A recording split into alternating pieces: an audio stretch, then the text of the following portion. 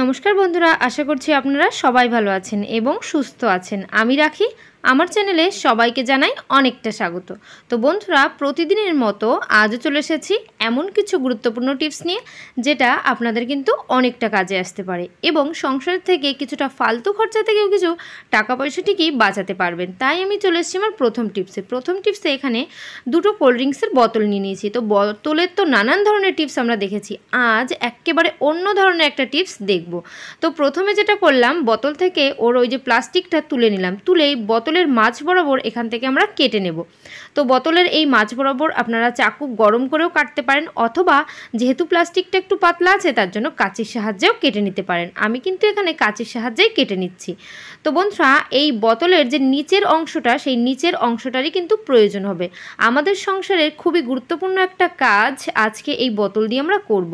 দেখবেন অনেক সময় যে সমস্ত কন্টেনারগুলো আমরা কিনি, যার মধ্যে যে কোনো শস্য, যে কোনো ডাল আমরা যদি রাখি, কোনো মশলাপাতি রাখি, তার মধ্যে কিন্তু পোকামাকড় লাগে না। তো আমি এই যে নিচের দুটো টুকরোকে কেটে নিলাম, একদম কিন্তু শুকিয়ে নিতে হবে। সাইড থেকে ছোট্ট একটা কাট লাগিয়ে দিচ্ছি। এই কাটটা কেন লাগাচ্ছি বন্ধুরা? কাটটা এই জন্য লাগাচ্ছি, এর মধ্যে কিন্তু বোতল দুটো খুব সুন্দরভাবে সেট হয়ে যাবে। আমি এখন এটা সেট করে দেখিয়ে দিচ্ছি।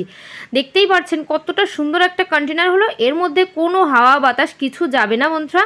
আপনারা সত্যি বলছি, অনেক বোতল থাকে, এইভাবে আপনারা ফেলে না রেখে এইভাবে একটু কাজে লাগিয়ে নেবেন। তাহলে এই ধরনের ধনে, জিরে, সর্ষে, ডাল, যে কোনো চাল, এই সমস্ত জিনিসগুলোকে খুব ভালোভাবে আমরা রাখতে পারবো। পোকার হাত থেকে কিন্তু অনেকটাই বাঁচাতে পারবো। তো বন্ধুরা, আশা করছি আমার এই ছোট্ট টিপসটা আপনাদের অনেকটা কাজে আসবে, অনেকটা ভালো লেগেছে। তো চলে এলাম পরবর্তী টিপসে বন্ধুরা, এখানে আছে আয়না। এটা হলো স্কুটির আয়না। দেখবেন বাইকের, স্কুটির, আবার ফোর হুইলারের যে সমস্ত কাজগুলো থাকে, আয়নাগুলো থাকে, তার মধ্যে না, যেহেতু এখন বর্ষার সিজন, সেই জল পড়ে, সবসময় জল পড়তে পড়তে খুব একটা জলের আয়রনের দাগ পড়ে যায়। তো যখন এই যে জলের একটা দাগ পড়ে যায়, আমরা যতই ভিজে কাপড় দিয়ে ওটাকে মুছি না কেন, অনেকটা পরিষ্কার হতে চায় না। আর যে সমস্ত ফোর হুইলারের মধ্যে বারবার করে ওটা পরিষ্কার করতে হয়, নাহলে সামনের জিনিস দেখা যায় না। তাই আমরা কিভাবে এই কাজটাকে পরিষ্কার করে নেব, আর শুধুমাত্র যে গাড়ির ক্ষেত্রে তেমনটি নয়, বাথরুমের যে আয়নাটা আছে, সেই আয়নাটাও জলের প্রচুর দাগ হয়। তার জন্য আমরা কিভাবে পরিষ্কার করব সেটাই আজ দেখাবো। এখানে একটু হোয়াইট কালারের যে কোলগেটগুলো আছে, আমি হোয়াইট কালারের কোলগেট নিয়ে নিলাম, আর নিয়ে নেব লেবুর একটা টুকরো। এবার এই যে লেবুর একটা টুকরো দিয়ে এই কোলগেটের উপর দিয়ে এইভাবে ঘষে নিলে, তাহলে বন্ধুরা দেখতে পাবেন এই কাজটা তো পরিষ্কার হবেই, আর কাচের মধ্যে কিন্তু জল দাঁড়াবে না। এইভাবে যে কোনো গাড়ির কাচ, আয়না যদি পরিষ্কার করে নেন, এই বর্ষার দিনে কিন্তু আপনাদের কোনো সমস্যা হবে না। কারণ জল যত পড়ে, সেই জলটা গড়িয়ে গড়িয়ে পড়ারও একটা দাগ থেকে যায়। সেই দাগটা থাকলে আমাদের কিন্তু আবার সেটাকে টাইম নিয়ে পরিষ্কার করতে হয়, নাহলে বারবার ওই পরিষ্কার করতে গেলে টাইমও নষ্ট হয়। তো বন্ধুরা, এইভাবে পরিষ্কার না করে ছোট্ট একটা উপায়ের মাধ্যমে একটু পরিষ্কার করে, একটা দিন পরিষ্কার করে ট্রাই করবেন, তাহলে বুঝতে পারবেন কতটা কাজে আসছে। একটা শুকনো কাপড় দিয়ে এটা কিন্তু মুছে নিতে হবে, একদম ভিজে কাপড় দিয়ে মুছলে হবে না। শুকনো কাপড় দিয়ে মুছলে কাজটা কতটা একদম পরিষ্কার চকচক হয়ে গেছে। এর মধ্যে আমি কিন্তু একটু জল ঢেলেও দেখিয়ে দেব, জল কিন্তু এই কাচের উপরে আর দাঁড়াবে না। তো বন্ধুরা, দেখতেই পাচ্ছেন এইভাবে যদি একটু জলও পড়ে, সেই জলটা কিন্তু এখানে আর দাঁড়াচ্ছে না, একেবারে নিচে গড়িয়ে পড়ে যাচ্ছে। আর জলের যে একটা বৃষ্টি পড়ছে সবসময়, তার যে একটা জলের ছোপ ছোপ দাগ পড়ে যায়, সেই দাগও কিন্তু পড়বে না। যে কোনো আয়না, যে কোনো কাঁচ, প্রত্যেকটা জিনিসেই আপনারা এই ট্রিকটা ইউজ করে দেখতে পারেন। আপনাদের সমস্যা থেকে কিন্তু রেহাই অবশ্যই পেয়ে যাবেন। আশা করছি আমার এই টিপসটা আপনাদের অনেকটা কাজে আসবে, অনেকটা ভালো লেগেছে। চলে এলাম পরবর্তী টিপসে। তো বন্ধুরা, এখানে আমি নিয়ে নিয়েছি পেনের একটা ঢাকনা। পেনের ঢাকনাটাকে কি করব? দেখবেন আজ কিন্তু খুবই গুরুত্বপূর্ণ একটা কাজ করব। এই পেনের ফালতু যে ঢাকনাগুলো এখানে ওখানে পড়ে থাকে, কোনো কাজে লাগাই না, পেনের কালি শেষ হয়ে গেলে ঢাকনাটাও কিন্তু সঙ্গে করে ফেলে দিই। তো নিচের একটা অংশ আমি এইভাবে একটা ধারালো কাঁচির সাহায্যে, মানে চাকুর সাহায্যে কেটে নিচ্ছি। তো আপনারা এটাকে একটা চাকুর সাহায্যেও কাটতে পারেন, আবার চাকুটাকে গরম করেও কাটতে পারেন। যে কোনো মাধ্যমে এটাকে কেটে নেবেন। কেটে এই যে ছোট্ট একটা টুকরো আমি বের করে নিলাম। আপনারা হয়তো ভাবছেন এই ছোট্ট টুকরোটার কাজ কি? তো সত্যি বন্ধুরা বলছি, এই ছোট্ট টুকরোটার কতটা কাজ আপনারা ভিডিওটা সম্পূর্ণ দেখলেই বুঝতে পারবেন। এই যে টুকরোটাকে আমি একটা কাঁচির সাহায্যে সাইড থেকে কেটে নেব। এবার এই যে কাঁচির সাহায্যে কেটে নিলাম, এটার কি কাজ দেখবেন। আমাদের বাড়িতে অনেক সময় বডি লোশন থাকে, অনেক যে সমস্ত সেটিং স্প্রে থাকে, হ্যান্ড ওয়াশ থাকে, অনেক জিনিস থাকে যেগুলো স্প্রে বোতলের মধ্যে থাকে। এই ধরনের হ্যান্ড ওয়াশগুলো বাড়িতে যদি ছোট বাচ্চা থাকে তারা কিন্তু বারবার করে এই পাম্প করতে থাকে আর অনেকটা করে হ্যান্ড ওয়াশ বেরোতে থাকে। তাই এই যে পাম্পের এই জায়গাটায় যদি এরকম পেনের একটা ঢাকনা কেটে এই ছোট্ট অংশটাকে এখানে আটকে রাখেন, তাহলে দেখবেন ওদের প্রত্যেকটা পাম্পে অল্প অল্প হ্যান্ড ওয়াশ বের হবে। একটুও একসঙ্গে যে অনেকটা বেরিয়ে যায় সেই সমস্যার মধ্যেই পড়তে হবে না। আমরা বড়রা কিন্তু বুঝতে পারি কতটা বের করতে হবে, ছোটরা কিন্তু সেটা বুঝতে পারে না। তো বন্ধুরা দেখতেই পাচ্ছেন এই নিচে এই অংশটা থাকার কারণে এটা আর ভেতরে ঢুকছে না, আর অল্প একটু হ্যান্ড ওয়াশ বেরিয়ে গেল। এবার এটাকে খুলে আমি দেখিয়ে দেবো ওয়ান পাম্পে কতটা হ্যান্ড ওয়াশ বেরিয়ে যায়। আমি এটাকে খুললাম, খুলে এবার একটা পাম্প করেই আমি দেখিয়ে দিচ্ছি। তো বন্ধুরা দেখতেই পাচ্ছেন একটা পাম্পে কতটা হ্যান্ড ওয়াশ বেরোচ্ছে। তো এইভাবে যদি নষ্ট করতে থাকি তাহলে অনেকটা টাকা পয়সা তো আমাদের নষ্ট হচ্ছেই, আমরা জিনিসটাকে বেশি দিন কিন্তু ব্যবহারও করতে পারছি না। তো এইভাবে ব্যবহার করবেন, তাহলে দেখবেন আপনাদের অনেকটা টাকা পয়সা ফালতু খরচা থেকে বেঁচে যাবে। কারণ এটা যত তাড়াতাড়ি ফোরাবে তত তাড়াতাড়ি আবারও কিনে আনতে হবে, তার জন্য অনেকটা টাকা পয়সা কিন্তু খরচা হবে। তাই এইভাবে একটু বুদ্ধি খাটিয়ে চলবেন, তাহলে সংসারের খরচা অনেকটা বাঁচাতে পারবেন। তো আশা করছি আমার এই টিপসটা আপনাদের অনেকটা কাজে আসবে, অনেকটা ভালো লেগেছে। চলে এলাম পরবর্তী টিপসে। এখানে আছে দেশলাই। দেশলাই সাধারণত আমরা সন্ধ্যা প্রদীপ দেওয়ার সময়, মানে পুজো দেওয়ার সময়, অথবা রান্নাঘরে গ্যাস ওভেন ধরানোর জন্য এই ধরনের দেশলাই ব্যবহার করি। দেখবেন এই যে দেশলাইটা আমরা ব্যবহার করি, দেশলাইয়ের কাঠিটা যখনই জ্বালাই না, যেহেতু এই কাঠ খুব তাড়াতাড়ি কিন্তু এই আগুনটা জ্বলে যায়।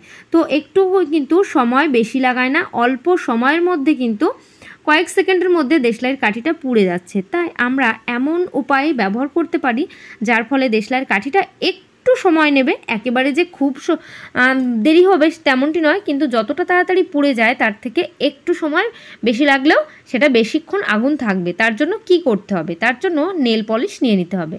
এবার এই যে নেল পলিশটার কাজ কি, আমি একটা দেশলাইয়ের কাঠি বের করে দেখিয়ে দেবো।